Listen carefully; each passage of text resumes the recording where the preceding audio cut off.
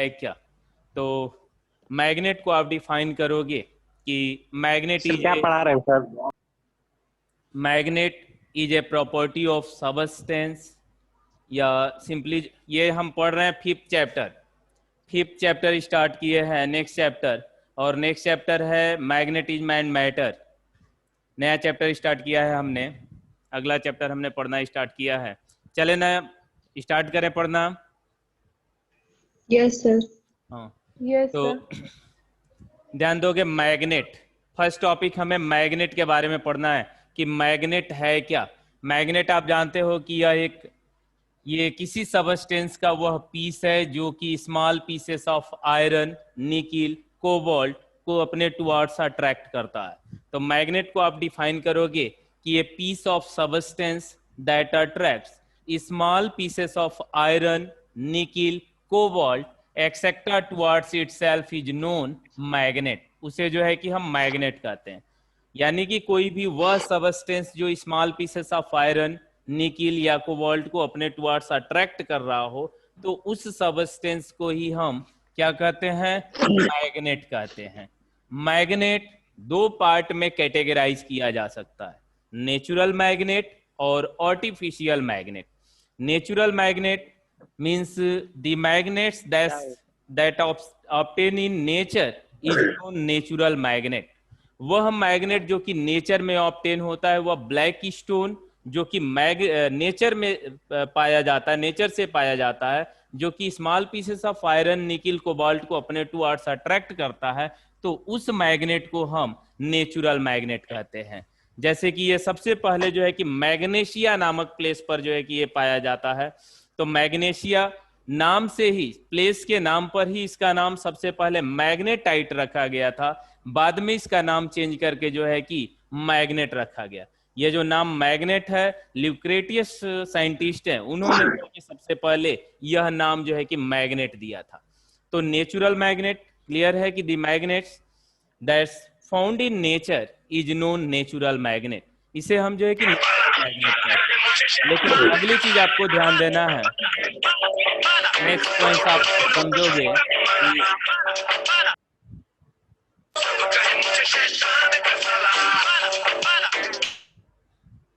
Next point आप ध्यान दोगे कि नेचुरल मैग्नेट जो है कि क्लियर हो गया। अगली पॉइंट हमें जानना है आर्टिफिशियल मैग्नेट, कि आर्टिफिशियल मैग्नेट क्या है, उसको जो है कि हम समझेंगे। एक सेकेंड,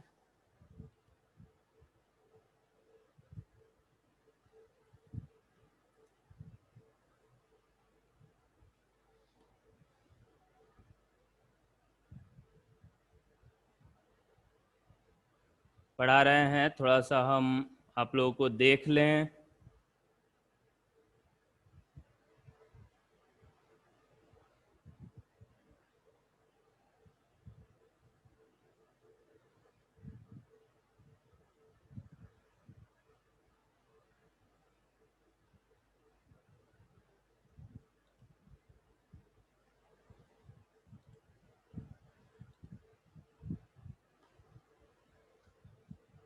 चला जाए ना आगे, पढ़ा जाए ना? Yes hello, yes sir. हाँ सुन पा रहे हो ना आप लोग? सभी लोग Yes, अपने yes, नाम sir. और एडमिशन नंबर से ही जुड़ोगे। बाकी लोग जो है कि जितने लोग जुड़े हो अपना एडमिशन नंबर भी दोगे, एडमिशन नंबर भी आप लिखोगे, और अपना जो है कि माइक ऑफ रखोगे। जब कुछ पूछना हो तभी जो है कि अपने माइक को जो है कि अनम्यूट करोगे। शुभ्रा पांडे, प्रतिभा चौहान, माइक को म्यूट करो आप लोग। चलते हैं आगे। नेक्स्ट पॉइंट हमें जानना है आर्टिफिशियल मैग्नेट। नेचुरल मैग्नेट के बारे में आपने समझ लिया, ये जो है कि क्लियर है कि नेचुरल मैग्नेट क्या है।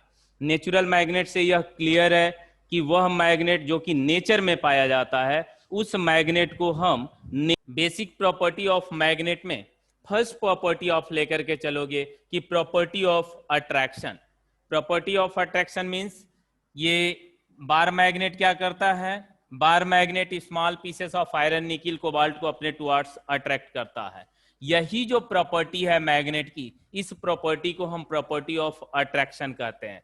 जैसे ही किसी बार मैग्नेट को आयरन फिलिंग्स में अगर हम रखते हैं, आयरन के छोटे छोटे बुरादे के बीच में अगर रखते हैं, तो दोनों इंड पर ज्यादा अमाउंट्स जो है कि अट्रैक्ट होते हैं, और बीच में जो आयरन फिलिंग्स जो है कि अट्रैक्ट हुआ है उसका अमाउंट जो है कि कम होता है। मीन्स आप कह सकते हो कि दोनों इंड पर अट्रैक्ट करने की प्रॉपर्टी ज्यादा है। यहां पर जो है कि इसकी कैपेसिटी ज्यादा है अट्रैक्ट करने की, और जहां पर इसकी अट्रैक्ट करने की कैपेसिटी ज्यादा होती है, स्ट्रेंथ ज्यादा होती है, उसे हम पोल कहते हैं। और किसी भी मैग्नेट में दो पोल पाया जाता है, एक का नाम हम नॉर्थ दे रहे हैं, दूसरे को हम साउथ पोल दे रहे हैं। जैसे चार्ज के बारे में हमने पढ़ा था कि चार्ज टू टाइप्स का होता है, पॉजिटिव चार्ज और निगेटिव चार्ज। उसी तरह से मैग्नेट में भी हमें जानना है कि मैग्नेट में दो पोल होता है, नॉर्थ पोल और साउथ पोल।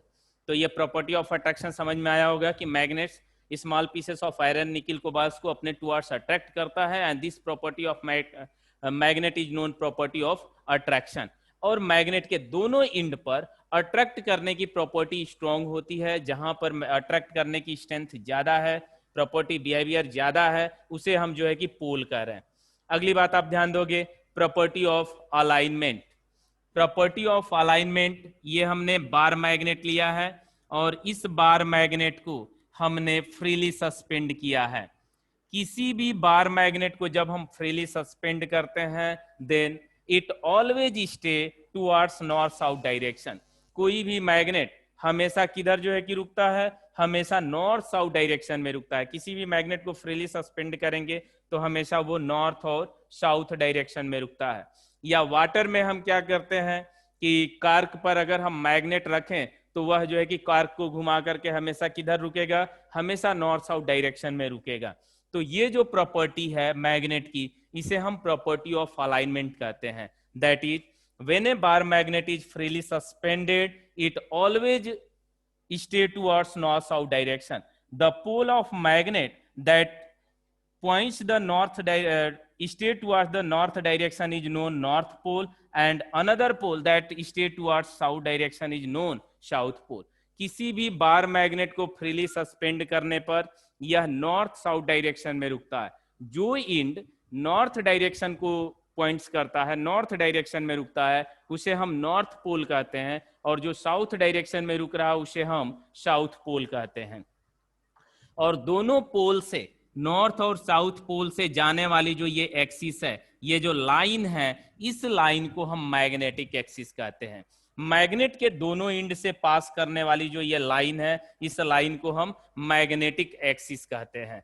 और इस मैग्नेटिक एक्सिस के नॉर्मल पास करने वाली जो प्लेन है, उस प्लेन को हम मैग्नेटिक मेरिडियन कहते हैं। ये बात क्लियर है ना, समझ में आ रहा सबको कि ये प्रॉपर्टी आपको याद रखना है कि किसी भी बार मैग्नेट को फ्रीली सस्पेंड करने पर ये हमेशा नॉर्थ साउथ डायरेक्शन में रुकता है, और जो इंड नॉर्थ डायरेक्शन के टुवर्ड्स रुकता है उसे हम नॉर्थ पोल कहते हैं, और जो साउथ डायरेक्शन के टुवर्ड्स रुकता है उसे हम साउथ पोल कहते हैं। और नॉर्थ और साउथ पोल से पास होने वाली जो लाइन है, इस लाइन को मैग्नेटिक एक्सिस कहते हैं। और मैग्नेटिक एक्सिस के नॉर्मल ये जो इमेजिनरी प्लेन है, जो हम इमेजिन कर रहे हैं जिस प्लेन का, उस प्लेन को हम मैग्नेटिक मेरिडियन कहते हैं।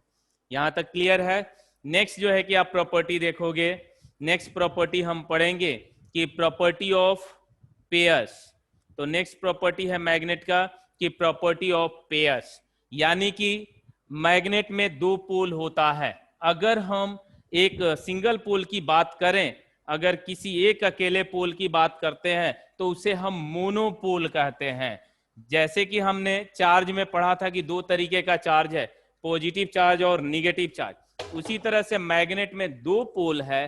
अगर आप नॉर्थ पोल को अलग आप इमेजिन करते हो या साउथ पोल को अलग इमेजिन करते हो तो इसे हम मोनोपोल कहेंगे। कभी भी मैग्नेट मोनोपोल के फॉर्म में एग्जिस्ट नहीं कर सकता है। दैट इज मैग्नेट में एक पोल नहीं होगा, जब भी होगा तो उसमें दो पोल ही होगा, चाहे आप इसे ब्रेक करके कितना भी छोटा क्यों न कर लो। किसी भी मैग्नेट को अगर आप ब्रेक करते हो, तोड़ करके अलग करते हो, तो तुरंत उसमें क्या हो जाएगा, नॉर्थ और साउथ बनेगा। फिर अगर छोटा करते हो तब भी जो है कि नॉर्थ साउथ ही बनेगा। आप अगर यहां से बीच से ब्रेक अप करते हो तो इधर साउथ बन जाएगा और इधर नॉर्थ बन जाएगा। फिर अगर बीच से ब्रेक करते हो तब भी जो है कि इधर नॉर्थ बन जाएगा, इधर साउथ बन जाएगा। फिर ब्रेक करोगे, यानी कि कहने का मतलब है कि किसी भी मैग्नेट को कितना भी छोटा क्यों ना तोड़ दो, एटम के साइज के बराबर ही भले क्यों ना आप तोड़ दो, इसमें जो है कि दो पोल जरूर रहेंगे। That is magnet always exist in the form of dipole, यानी कि इसमें जो पोल्स होंगे हमेशा पेयर के फॉर्म में होंगे, सिंगल जो है कि पोल पॉसिबल नहीं है। बट इलेक्ट्रिसिटी में हमने इलेक्ट्रोस्टैटिक्स में पढ़ा कि चार्ज अकेले पॉसिबल है, अकेले प्लस चार्ज रह सकता है, अकेले माइनस चार्ज रह सकता है, अकेले पॉजिटिव प्रोटॉन और इलेक्ट्रॉन की बात हमने किया। लेकिन मैग्नेट में कोई भी पोल, सिंगल पोल, मोनोपोल के फॉर्म में कोई मैग्नेट एग्जिस्ट नहीं कर सकता है। यह बात क्लियर हो गई ना? यहां तक ये समझ में आ रहा है कि magnet can not exist in the form of monopoles, जब भी इसमें होंगे तो दो पोल होंगे। अगली बात आपको ध्यान देना है कि repulsion is surest test of magnet. अब आपको यहां से जो है कि दो एक ही शेप के अगर मैग्नेट दे दिए जाएं, एक जो है कि मैग्नेट है, एक आयरन है, तो आप पता नहीं कर पाओगे कि इसमें जो है कि कौन जो है कि मैग्नेट है, कौन जो है कि आयरन है। क्योंकि अगर इसमें से एक आयरन और एक मैग्नेट है, जैसे आप टच कराते हो तो इधर से भी टच करेगा और इधर भी टच कराओगे तो अट्रैक्ट करेगा, इधर भी अट्रैक्ट करेगा। लेकिन अगर ये मैग्नेट होता तो मैग्नेट में क्या होता है कि सेम जो पोल होते हैं, एक प्रॉपर्टी और आप याद रखोगे मैग्नेट के लिए कि लाइक पोल जो होते हैं, like poles of magnet repel each other while unlike pole of magnet attract each other। तो अगर आप दो मैग्नेट को लेकर के चलते हो तो नॉर्थ और साउथ पोल जो रहेगा वो अट्रैक्ट करेगा, लेकिन अगर आप साउथ और साउथ को लाओगे तो वो रिपेल करेगा। लेकिन अगर आयरन होता है तो किसी भी तरीके से आप टच कराओगे वो ओनली अट्रैक्ट करेगा। तो किसी मैग्नेट को अगर डिटेक्ट करना है कि यह मैग्नेट है तो जरूरी क्या है कि वहां पर रिपल्सिव फोर्स काम करे। रिपल्सन ही एक जो है कि फेनोमिना है जिससे आप टेस्ट कर सकते हो कि पर्टिकुलर दिया गया सबस्टेंस मैग्नेट है। That is the repulsion is the surest test of magnet. बात समझ में आ रहा नहीं? ये बात आप लोगों को समझ में आ रहा है कि किसी भी दिए गए मैग्नेट को रिपल्सन से ही टेस्ट किया जा सकता है। बतलाओगे आप लोग, बोलोगे या हैंड रेज करोगे? ये समझ में आ रहा है कि नहीं? ये तो नेक्स्ट ये प्रॉपर्टी रहा repulsion is surest test of magnet. इसमें ये आपको एक और प्रॉपर्टी याद रखना है कि like poles of magnet attract each other while unlike poles of magnet, sorry उल्टा मैंने बोल दिया, like poles of magnet repel each other while unlike poles of magnet attract each other. अगली प्रॉपर्टी हम पढ़ेंगे इंडक्टिव प्रॉपर्टी। इंडक्टिव प्रॉपर्टी में आप ध्यान दोगे, आप देखते हो कि अगर कोई भी किसी इलेक्ट्रिशियन के पास आप गए हो, कोई भी पर्टिकुलर डिवाइस, मोबाइल, टेलीविजन कुछ खराब हुआ है, तो वो क्या करता है कि अपने पर्टिकुलर जो स्क्रू ड्राइवर है उसको मैग्नेट से टच कराता है और वो जो है कि छोटे छोटे नेल्स वगैरह को स्क्रू ड्राइवर अट्रैक्ट करता है। यह जो प्रॉपर्टी है जिसमें किसी magnetic material as like soft iron को मैग्नेट के कांटेक्ट में रखा जाए तो मैग्नेटाइड हो जाता है, यह प्रॉपर्टी जो है कि क्या कहलाएगा? इंडक्टिव प्रॉपर्टी कहलाएगा। किसी magnetic material as like soft iron को ये किसी मैग्नेट के कांटेक्ट में रखते हैं तो वो क्या हो जाता है? मैग्नेटाइड हो जाता है। और ये जो फेनोमिना है इसे जो है कि ये जो प्रॉपर्टी है उसे हम क्या कहेंगे? इंडक्टिव प्रॉपर्टी कहलाता है। ये जो प्रॉपर्टी है इसे इंडक्टिव प्रॉपर्टी कहते हैं। नेक्स्ट पॉइंट आपको जानना है, magnetic force between two poles. जो दो पोल होते हैं मैग्नेट के, अगर हम दो पोल लेकर के चलते हैं, ये नॉर्थ पोल और दूसरा नॉर्थ पोल, तो ये दोनों एक दूसरे को रिपेल करते हैं। या अगर हम नॉर्थ पोल और यहां जो है कि साउथ पोल लेकर के चले तो दोनों एक दूसरे को अट्रैक्ट करते हैं। तो कितने फोर्स से अट्रैक्ट या रिपेल करते हैं इसकी बात हमें जानना है। तो नेक्स्ट पॉइंट आप ध्यान दोगे। नेक्स्ट हम प्रॉपर्टी और लास्ट प्रॉपर्टी हम पढ़ रहे हैं कि नेक्स्ट क्या प्रॉपर्टी है? Magnetic force between two poles.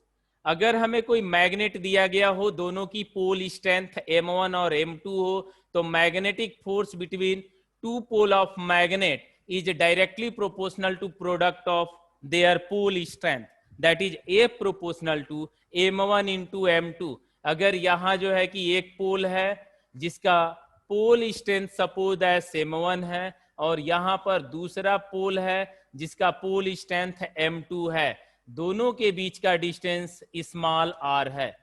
तो जैसे कूलॉम्स लॉ चार्ज के लिए, चार्ज के बीच लगने वाले फोर्स के लिए पढ़े थे, उसी तरीके से यहां भी है।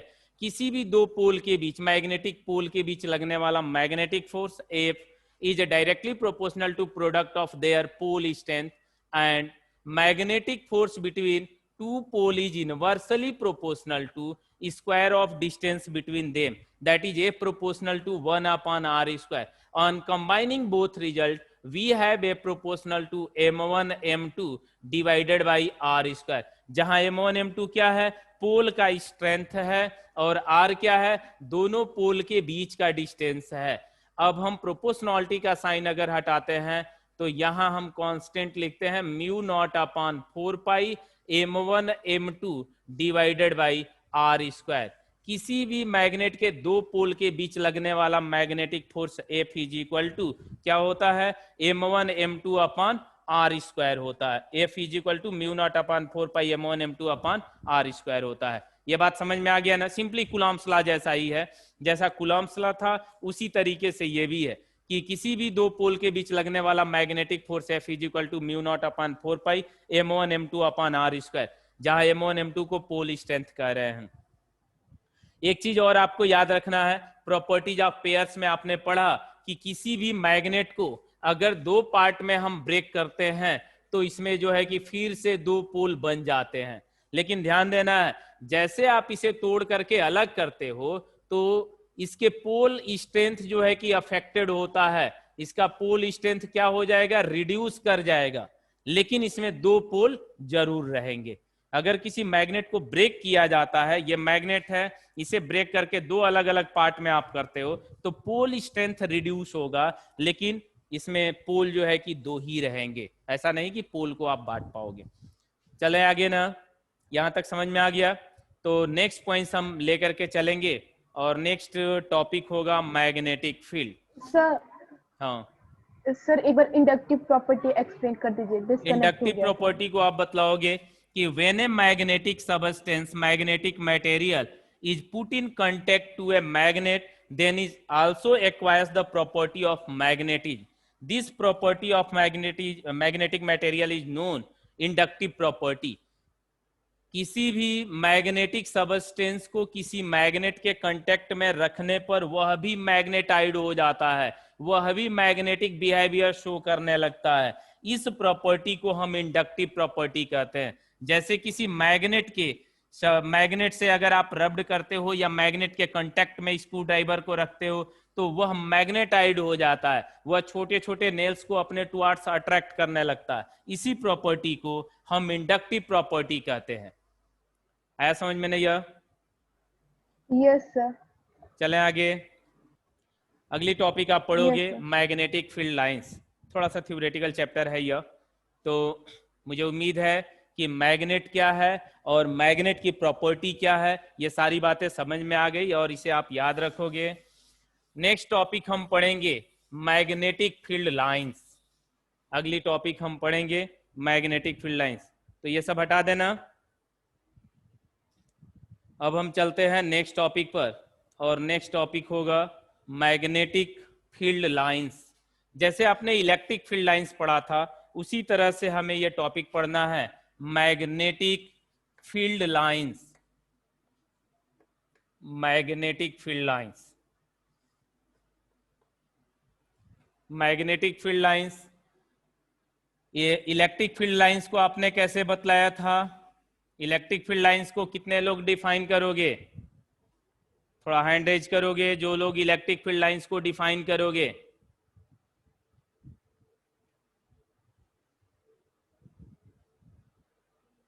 इलेक्ट्रिक फील्ड लाइंस को डिफाइन करना है, सुन पा रहे हो ना आप लोग?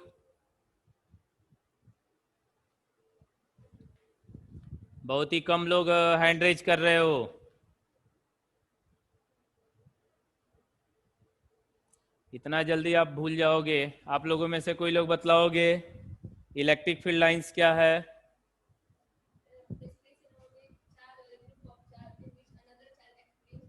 हाँ, ध्यान दोगे? इलेक्ट्रिक फील्ड लाइंस में आपने पढ़ा था कि दी पाथ, हाँ कुछ लोग हाँ हैंड रेज किए, उनसे पूछ लिया जाए, किसी एक से पूछा जाए, बतलाओगी? प्रगति पांडे, प्रगति।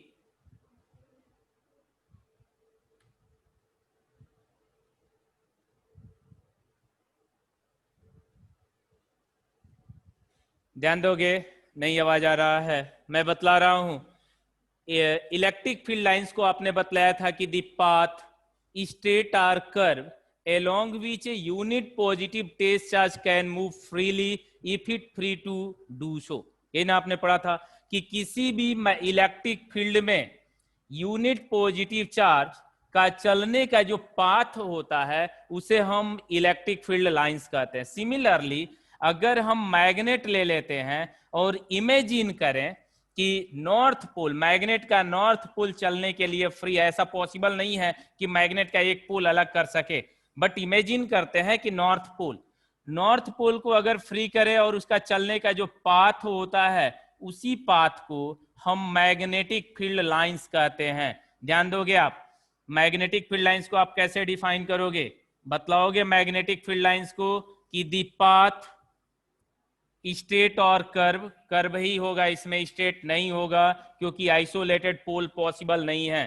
The path in magnetic field lines in which an imaginary north pole can move freely if it free to do so is known magnetic field lines। किसी दिए गए मैग्नेट के चारों ओर वह पाथ जिसमें मैग्नेट का north pole, imaginary north pole freely चल सकता है, उसी पाथ को हम मैग्नेटिक फील्ड लाइंस कहते हैं। ये जो लाइंस आपको मिले हैं, ये जो हमने फिगर ड्रॉ किया है, ये जो है कि किसको बतला रहा है? मैग्नेटिक फील्ड लाइंस को बतला रहा है।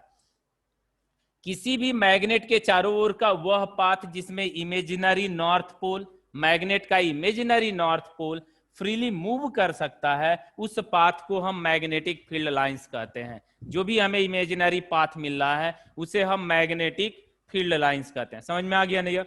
आपने क्लास 10th में मैग्नेटिक फील्ड लाइंस पढ़ा होगा, आपने ड्रॉ किया होगा लैब में। जैसे आप मैग्नेट ले लेते हो, बार मैग्नेट, और कंपास नीडल को, कंपास मैग्नेटिक कंपास को रख करके आगे बढ़ाते जाते हो। नॉर्थ और साउथ पॉइंट को जो है कि आप ये पेंसिल से टिप करते जाते हो और दोनों पॉइंट्स को ये आगे बढ़ाते जाते हो, बढ़ाते जाते हो, और बाद में उसको हटा करके सभी पॉइंट्स को ज्वाइन कर देते हो। और ये जो हमें पाथ मिलता है, इसी पाथ को हम जो है कि मैग्नेटिक फील्ड लाइंस कहते हैं। मैग्नेट के कारण, बार मैग्नेट के कारण मैग्नेटिक फील्ड लाइंस इस तरीके से मिलता है जैसा कि फिगर में दिखलाया गया है।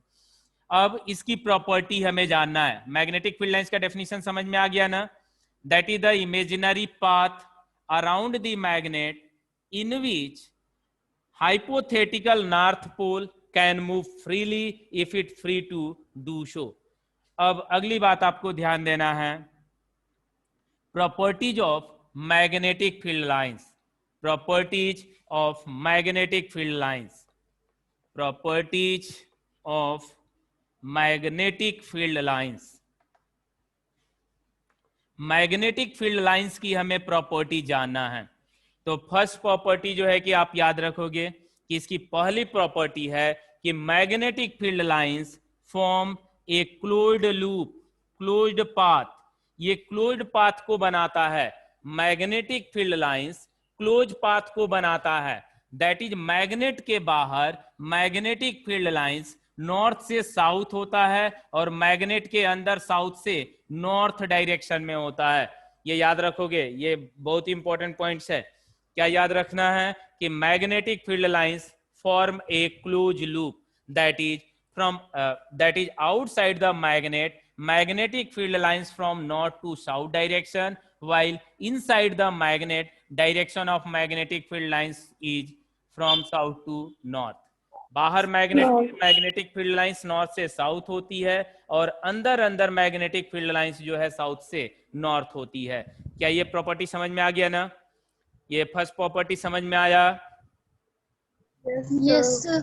अब लेकिन एक चीज और आपको याद रखना है कि electric field lines does not form a close loop. आपने पढ़ा था कि electric field lines close loop नहीं बनाती है।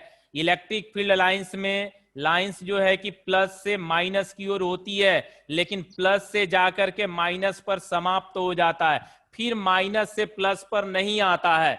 ये बात आपने पढ़ा है। लेकिन मैग्नेट में ठीक इसके उल्टा है, ये क्लोज लूप बना रहा है।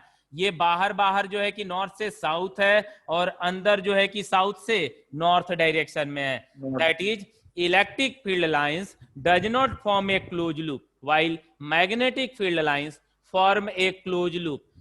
और इसकी डायरेक्शन भी समझ में आ रहा कि मैग्नेट के बाहर इसका डायरेक्शन जो है कि नॉर्थ से साउथ होगा और अंदर साउथ से नॉर्थ होगा। अगली प्रॉपर्टी, सेकेंड प्रॉपर्टी आपको याद रखना है कि किसी भी पॉइंट पर जो मैग्नेटिक फील्ड लाइंस मिलती है, उसके किसी भी पॉइंट पर ड्रॉ किया गया टेंजेंट उस पॉइंट पर मैग्नेटिक फील्ड के डायरेक्शन को रिप्रेजेंट करता है। That is the tangent drawn at any point of magnetic field lines represent magnetic field, direction of magnetic field at that point.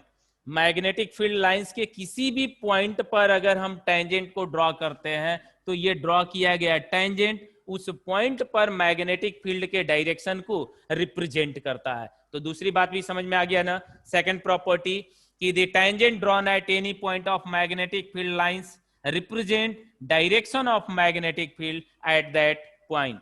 अगली प्रॉपर्टी, थर्ड प्रॉपर्टी आपको ध्यान देना है कि थर्ड प्रॉपर्टी क्या है। थर्ड प्रॉपर्टी है कि पर्टिकुलर यूनिट एरिया से पास होने वाली मैग्नेटिक फील्ड लाइंस अगर ज्यादा होती है, अगर फ्लक्स डेंसिटी ज्यादा है, तो वहां पर मैग्नेटिक फील्ड स्ट्रांग होगा, और जहां पर मैग्नेटिक फील्ड लाइंस दूर दूर होती है वहां पर मैग्नेटिक फील्ड वीक होता है। आप पोल के पास देख रहे हो कि यहां पर ज्यादा फील्ड लाइंस है, यूनिट क्रॉस सेक्शनल एरिया से ज्यादा number of field lines pass कर रही है, जबकि दूसरे point per unit cross sectional area से पास होने वाली फील्ड लाइंस कम है। दैट इज फ्लक्स डेंसिटी जहां ज्यादा होगा, यूनिट क्रॉस सेक्शनल एरिया में नंबर ऑफ फील्ड लाइंस जहां ज्यादा होगा, वह स्ट्रॉन्ग मैग्नेटिक फील्ड को रिप्रेजेंट करता है, और जहां पर फील्ड लाइंस ये कम होती है यह वीक मैग्नेटिक फील्ड को रिप्रेजेंट करता है। थर्ड प्रॉपर्टी भी समझ में आ गया ना सबको? नेक्स्ट प्रॉपर्टी आप ध्यान दोगे, नेक्स्ट प्रॉपर्टी है कि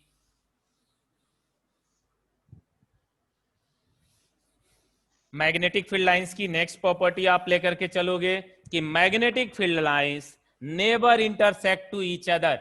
फोर्थ प्रॉपर्टी आप लेके चलोगे कि कभी भी मैग्नेटिक फील्ड लाइंस एक दूसरे को इंटरसेक्ट नहीं कर सकती है। कारण कि वही सिमिलर जैसा इलेक्ट्रिक फील्ड लाइंस की प्रॉपर्टी थी, at the point of intersection there will be two direction of magnetic field which is not possible. एक ही पॉइंट पर दो मैग्नेटिक फील्ड के डायरेक्शन हो ऐसा पॉसिबल नहीं है।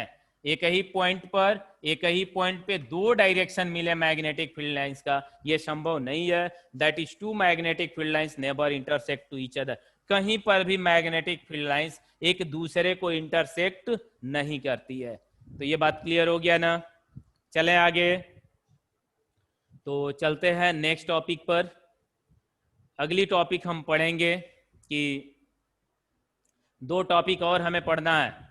इतना सब तो नहीं दिया है, ये सिलेबस वगैरह में इतना सब पोर्शन नहीं रखा है, लेकिन बेसिक ये चीजें हमें जानना जरूरी था।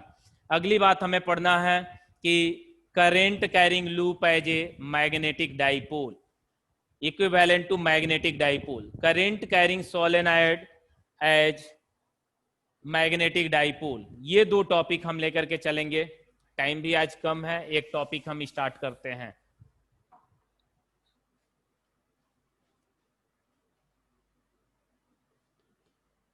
To show current carrying solenoid, current carrying solenoid, current carrying solenoid, current carrying solenoid equivalent to वैलेंट टू बार मैग्नेट।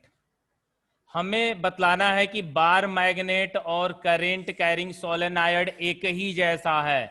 यह भी डाइपोल है, करंट कैरिंग सोलेनाइड भी क्या है, डाइपोल है। बार मैग्नेट जैसा बिहेव करता है।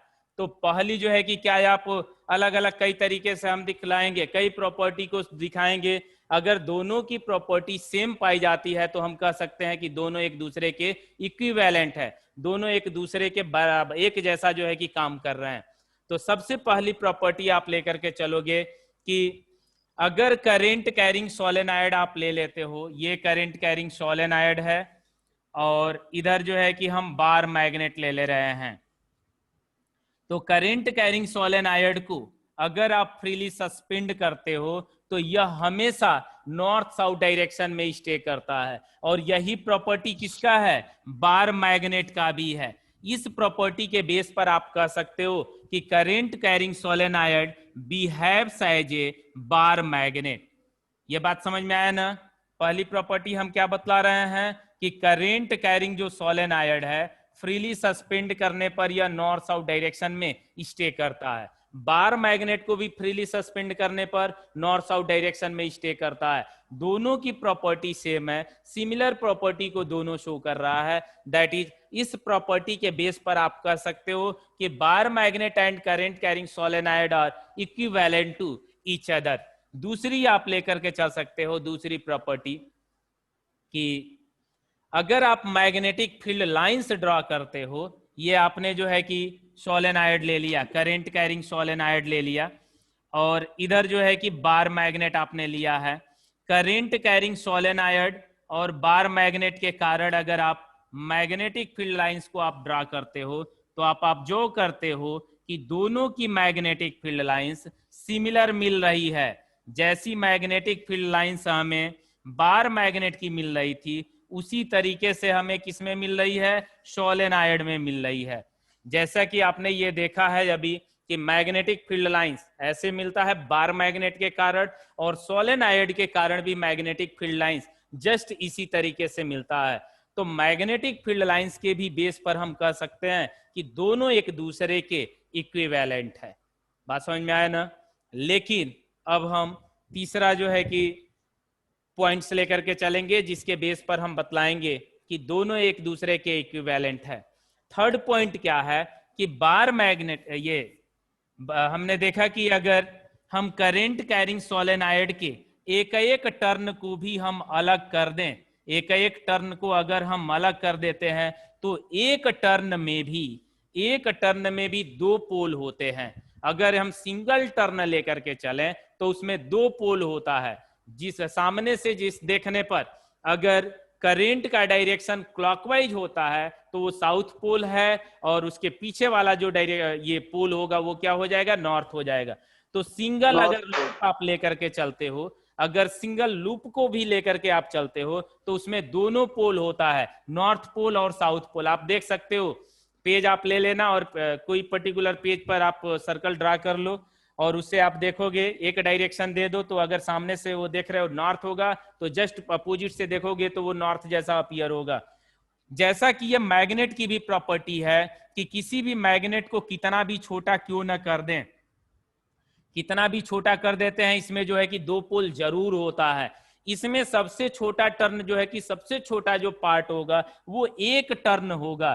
सिंगल टर्न में भी दो पोल होता है। दैट इज ये बिहेवियर भी दिखला रहा है कि बार मैग्नेट और सोलेनाइड दोनों एक दूसरे के इक्विवेलेंट है।